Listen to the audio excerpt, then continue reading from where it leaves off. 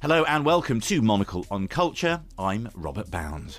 On today's show, we're heading to two fantastic London exhibitions by two very different American artists. First, we'll hear from the curator of a show of Noah Davis at the Barbican, a glorious, sweeping exhibition that serves as a worthy tribute to the late, great painter. Then we'll hear from the high-spirited, soon-to-be octogenarian Joseph Kosuth, whose show at the Sprüth Magers gallery features work from his 6 decades spent as a pioneer of conceptual and installation art.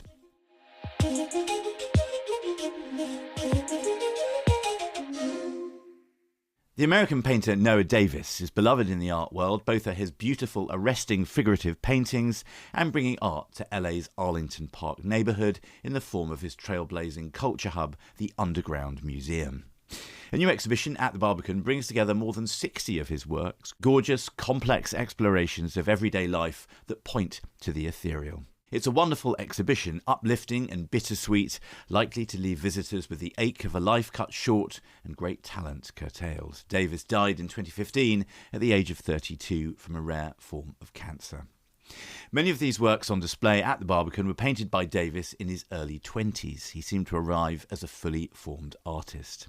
I caught up with one of the show's curators, Eleanor Nairn, and began by asking, as it really does seem as though Davis came out of the womb with a paintbrush clasped in his hand, when he learnt his trade.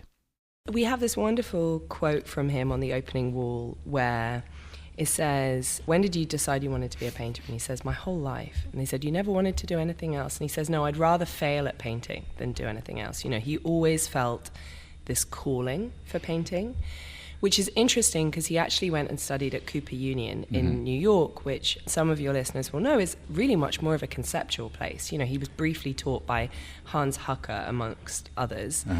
He drops out of there. He does a good few years, but drops out of there and basically becomes pretty self-taught. And that's what one of the aspects that's so remarkable and compelling about these paintings is they have very unusual surfaces to them. So we might think first of all of the image, a boy riding a unicorn in this inky black night.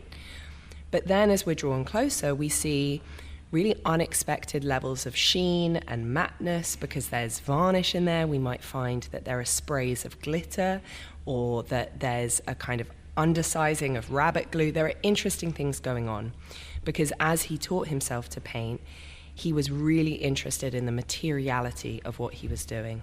And some of the painters that are mentioned in the same breath as Noah Davis, Peter Doig and Rothko, he was fans of, I think. Bacon and Freud are kind of referenced. I see Degas in some of those pictures as well. What, could you paint a bit of a picture for our listeners? They're going to come here, but just for our radio listeners, of the kind of thing that they're going to see on the walls here, actually, Eleanor. Yeah, absolutely. One thing to say is, he does something that very few artists manage, which is, on the one hand, to have variety. So especially in spaces like the Barbican, you've got all of these sort of little upstairs bays. You want to be telling a story that's visually interesting and has variety, and yet distinctively his. Every time you look at one of these paintings, I think you'd say you can see quite clearly it's by the hand of Noah Davis. And that's difficult to explain quite how he does that. They're mostly figurative, so you're mostly looking at people. They mostly are in some kind of domestic setting. There's some sort of humility about the scene. It might be a mother and toddler with a television out of shot. It might be a young girl standing in front of a clapboard house. It might be kids playing in a public swimming pool. There's something humble and everyday about it. But then partly through the palette, he uses these very lush colors and, like we were saying, unusual sort of material surfaces. They also feel quite otherworldly. And I think that's what really captures people's hearts, that they feel instilled, and that's where a painter like Rothko comes to play, with a spiritual dimension. You feel that these are people touched by grace, whatever you might like to call it, and it really makes you want to dwell with the paintings. Yeah, there's something, as you say, these paintings I think there's maybe only one what you call portrait in the show, Mary Jane. Is it? Yeah. Who's right at the beginning, 2007, I think. And again, what a confident hand for such a young painter. 24, just to put it in context. Right. 24 years old. Yeah. And then all the rest, a lot of them, as you say, they're figurative and they are populated. But these people do appear to be in something like a dream sequence. That's easy for us to say, but I wonder how he places people in the environments in which he invents, because it's a real skill, and we are perhaps, we think of Peter Doig's canoeist, that lone dude in the lake, but these things just have a magical quality. It's tough thing to pull off without being a surrealist, which Noah Davis isn't, I guess. Yeah, I think of him, if anything, as a sort of magic realist. And the real is crucial to him. You know, he draws from life, and one of the things that we really wanted to convey with the show was the sense that he's somebody deeply invested in lens-based practice. He's somebody really interested in photography and film and different kinds of moving image. So a lot of the paintings are made from photography. One of the things I was fascinated by was that he would go to these things called swap meets, which I guess here in the UK we'd think of as being like flea markets. And you can say car boot sale. The Monocle listener will know what that is. There you go, a car boot sale. It's exactly that. It's a car boot. We're not too good for that. Yeah, there you go. It was a car boot, and there would be these big bins of old vintage photography, and some of them might be Polaroids, some of them might be just standard family 6x4 shots.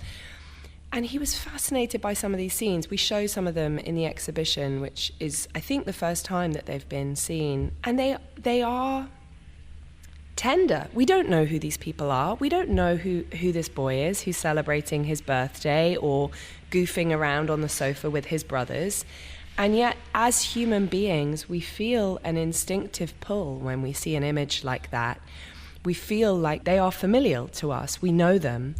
And so I think it's partly because he's drawing from life that it reminds me of when you have a dream and you wake up and you say, this person I know was in the dream, but they didn't look like the person as I know them. And yet still you knew it was them.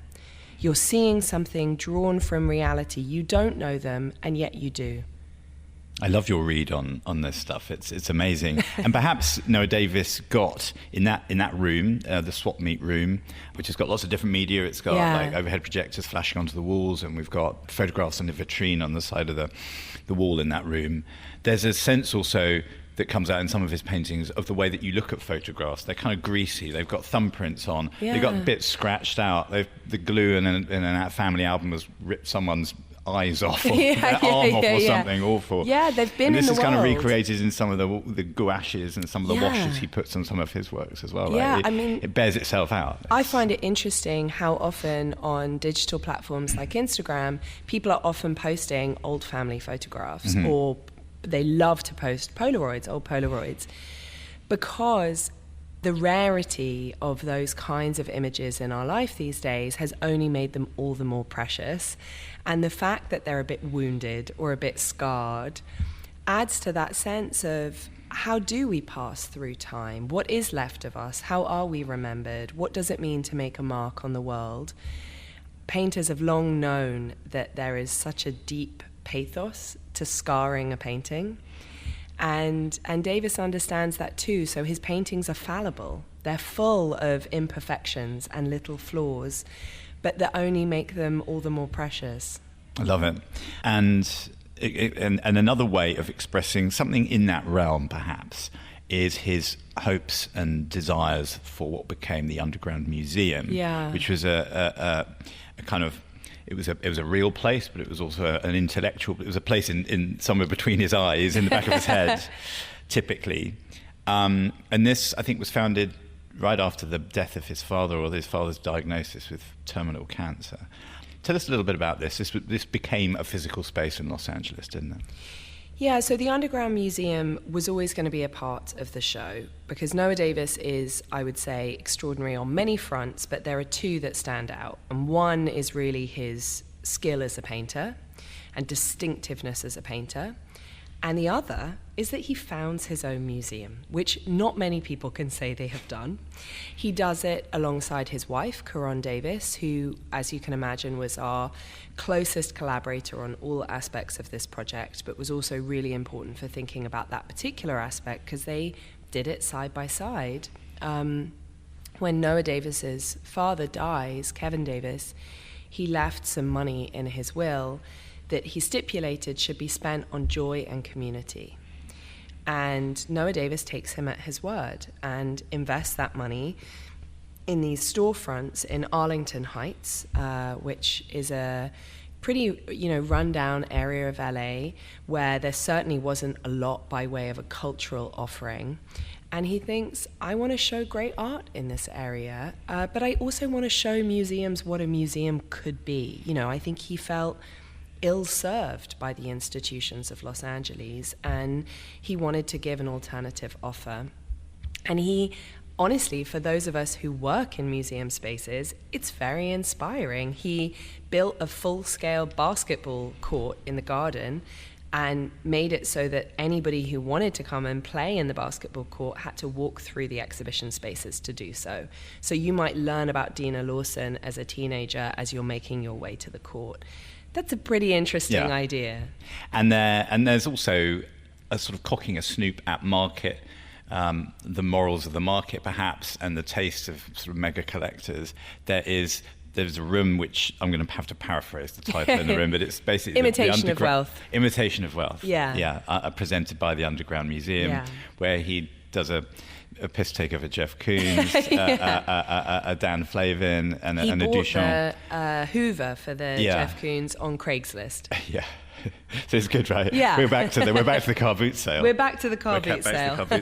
But this is very amusing stuff and wry stuff. And there's another room which are kind of paintings of when he was pausing videotapes of the Jerry Springer show or whatever. Maury. These kind of Judge Maury, Judy. Yeah, these kind of gnarly kind of American reality shows, which often didn't show black people in a very good light, or that was, and it felt like the cards were kind of loaded. In those programs sometimes. There is a sense of humour to it, but that's a little bit more of a social realist lens through which he's looking at that. But Noah Davis was possessed of not just an eye for beauty, but an eye for humour, I guess. Absolutely. And I think the humour and the spirit to his work is so much of what we wanted to live in these spaces. And I hope people will see that. And, there are all sorts of details which we've included in the wall text, which I think many people wouldn't, but feel very important to us. Like when he has the opening party for his show, The Missing Link, he stages it at the Underground Museum, so that becomes, in effect, the opening of the Underground Museum. He does an exhibition of his wife, Caron Davis, so she is the person, not him, who the space opens with, along with Imitation of Wealth. And he serves champagne and frog's legs. He is a kind of bon vivant in that sense. And he has a fabulous sense of humor, which I think is also part of what counterpoises the darkness in some of these images too. Some of these are also deeply melancholic, and those two, the humor and the darkness, the kind of sense of their soberness, it is part of that balance between the two, is part of what makes them very arresting. Yeah, and talking of which, we end downstairs here at the Barbican when Noah Davis himself is diagnosed with cancer, and there's an amazing arresting room of paintings that he did just before that. Then there's his 70 paintings, which maybe he painted in a hospital bed. There were bits of paper that his mum gave him and he ripped up. Those are beautiful things, little collages and paintings. But I wanted just to finish in that Pueblo del Rio room, which is perhaps the last room that people will visit here, which you say in the wall text that he got his vibe back and he got some of his energy levels back with which to make these pretty big, bold, amazing paintings. They seem, maybe it's the way that we know the story ends, but they seem a summation of his work, I guess. But those are stunning things that stand test of any time, I suppose. What did it feel like taking those out of the crates to hang those, when you have to arrange those in a room and you see those and knowing that actually they're kind of someone's last will and testament as a painter? Well, I think it's interesting that you've used the word stunning, I use the word arresting, both of them in different ways give a sense of a rabbit in the headlights, and that is part of what you feel. You feel seized in different ways by these images. They are so quiet and yet so majestic, and their power is deeply palpable. And you always feel, when you're handling a painting, an enormous degree of responsibility over its positioning. I think people are endlessly fascinated by how long curators take to hang an exhibition. You know, you think just stick it up on the wall, but it's complicated to ask a painting where it needs to be and to be able to interpret its answer. But I'm not sure I've ever felt it as keenly as that back room of that exhibition. It was hugely important to give these works space. You will have noticed, I'm sure, that the whole hang of the exhibition is pretty spacious, because I think these works can really hold their own. But it was very moving as well. Yeah, they're stunning. Those ballerinas, the conductor, I think there's a mix of Congo and Pueblo del Rio. Exactly. Those two collections or two shows that were, I guess, his final shows. But you also leave on a hopeful note, because there is that sense that here is somebody staring at their own mortality and yet completely absorbed by their own creativity. And we show that in the video that we've made for the end of the exhibition as well. There he is in the studio right up until the end, paintbrush in hand. You know, that was, as you said earlier on, it's how he came into the world and it's how he left the world. That was Eleanor Nairn talking about Noah Davis at the Barbican Art Gallery, which is on until the 11th of May.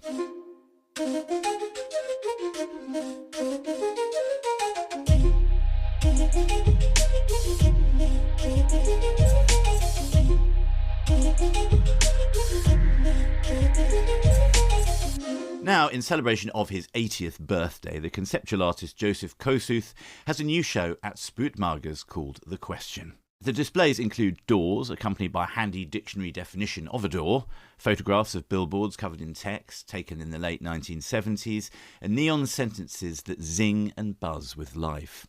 At the heart of many of these works are questions of language and of meaning. Kosuth is part artist, part philologist, part philosopher.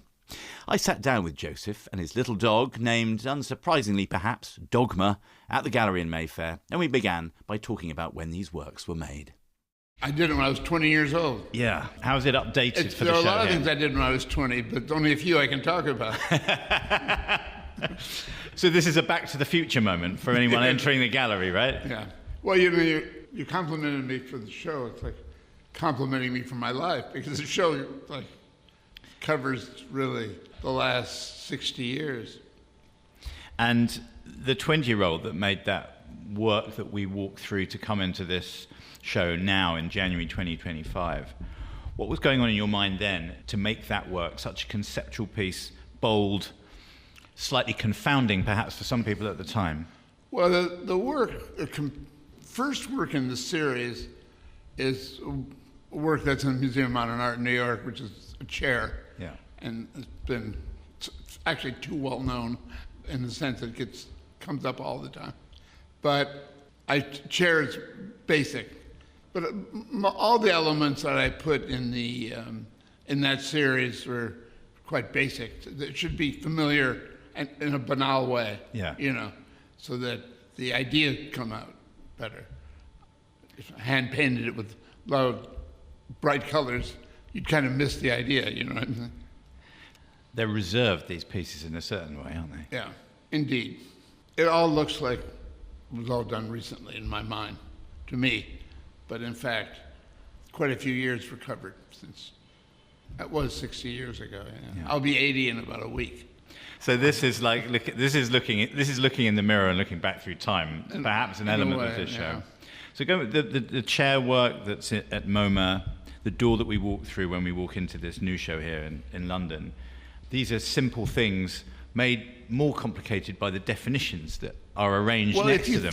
If you're alive and you think, yeah, it gets complicated. Yeah. And most art, not most, but often in art, let's be a little more generous, it doesn't really require you to think all that much. It's sort of eye candy. And some of my early political influences actually was feminism. But I also thought it could be applied to art, you know. We don't care if art is a pretty face. It's what's in the brain that you're interested in. And this kind of thing should be applied. When I was 18 or 19, I happened to sit next to Simone de Beauvoir at a dinner in Paris.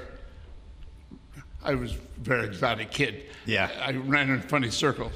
And she spent the whole dinner explaining feminism to me. So it was kind of an early influence, she was. But great lady, really great lady. I've done works the last couple of years where I utilize things I learned from her. Actually, I found her a couple of the times I was with her, her boyfriend was around, but I found her far more interesting than Jean-Paul Sartre. That seems like a threesome made in heaven or hell. Which would you pick? Well, you always have your options, don't you? You've always got your options. And the three of you, those two, the three of you, though, all have this obsession with words and language, unpicking the thing. Right. It's either you're doing it yourself. Yeah. You know. And so they're not one and the same. It's the shade behind the word. But we are somewhat obliged to utilize language to get to the ideas. So it's something you have to pass through. But if you're careful, you take a lot into account. I keep seeing Wittgenstein rolling in his grave all the time, but I don't bring it up. You know. You make words. You get into the meaning of these things, but they're also very beautiful when you execute them. It's called Text and Context. It was made from 1978 to 79. Text and Context. So you walk into the gallery, it's on the room on your left. It's a wall of black and white prints. Lots of them, some of them were shot in London and Germany, all over the place.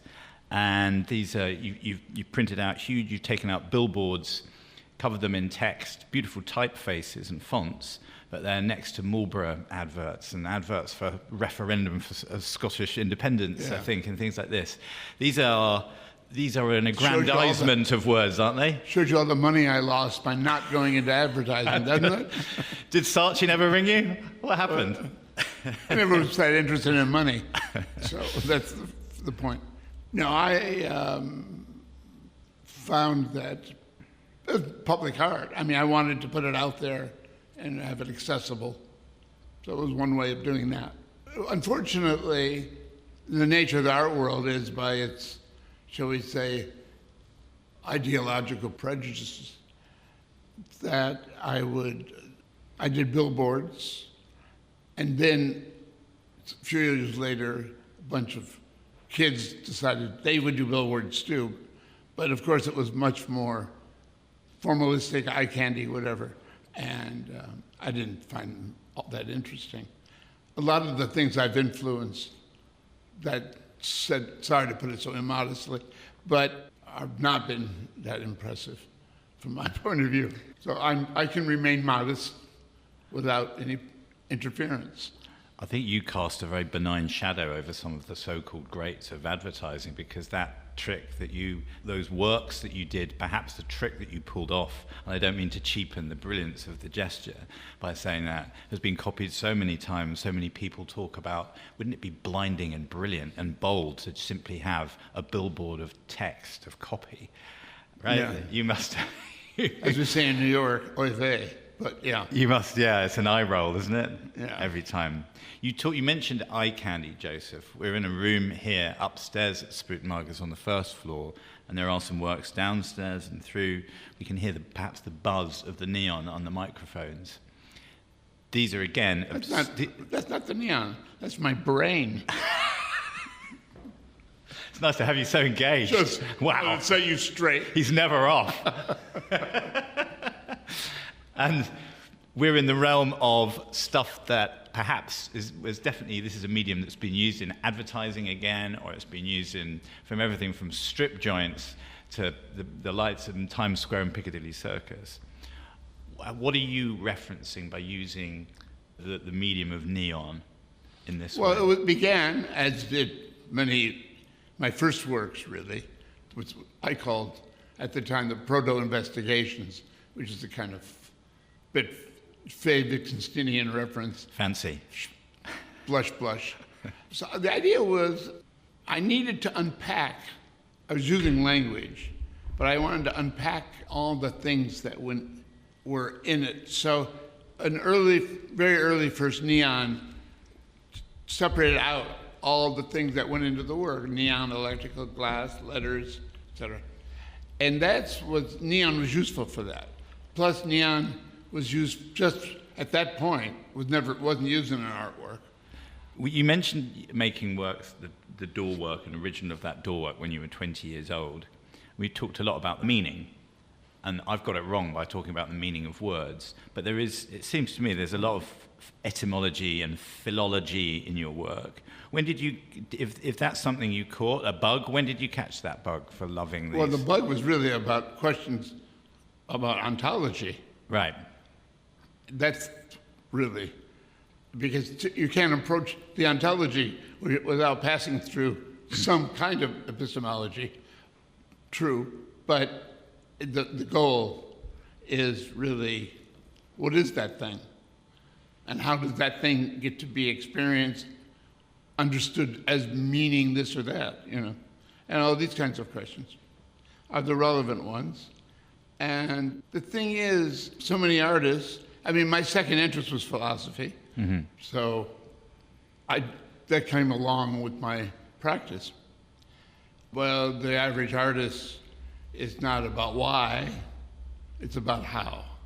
And that's because of all the prejudice of modernism, seeking the limits of painting, sculpture, lithography, whatever, and which is extremely limiting when you think about art in those terms. And fortunately, I could escape it pretty young age, being I was like 20 when I did those works. And works like One and Three Chairs in a Moment, this is all the proto-investigations where I was 20, where I, once you start asking all the questions you can, which is what I did. And that is it for this week. My thanks to Joseph Kosuth there and Eleanor Nairn. You can see Joseph's Sprüth Magers show until the 15th of March, and Noah Davis is on until the 11th of May. Monocle on Culture is produced by Sophie Monaghan-Coombs and Steph Chungu, and Steph also edits the show. We'll be back at the same time next week, but until then, from me, Robert Bound, thank you for tuning in.